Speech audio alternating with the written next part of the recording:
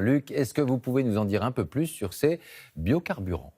Oui, Laurent, on en trouve à la pompe pour les véhicules diesel. Il s'agit du biodiesel fabriqué à partir de plantes contenant de l'huile comme le colza, le tournesol et la très décriée huile de palme. C'est incorporé dans le mélange à hauteur de 7% environ. Alors, on en trouve aussi pour les voitures à essence. Cette fois, c'est de l'alcool fabriqué à base de betterave, de blé ou de maïs. Vous en avez 5% dans le samplon, qu'il soit 95 ou 98, 10% dans celui qu'on appelle E10 et jusqu'à 85% pour le 85. Mais là, attention, il faut une voiture spécialement équipée. Alors Luc, on les dit bio, mais est-ce qu'ils sont vraiment écologiques ces biocarburants? Bien, à la sortie du pot d'échappement, on peut dire qu'il y a moins de rejet de CO2. C'est un carburant qui est moins performant, on en consomme donc moins, mais finalement, à l'arrivée, le bilan est le même.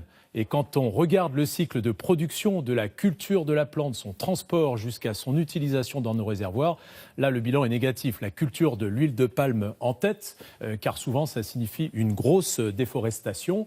Évidemment, le bilan écologique est très mauvais et ce n'est pas beaucoup mieux dans nos champs quand il s'agit, par exemple, de pesticides ou d'engrais. Ça n'arrange rien non plus. Merci Luc.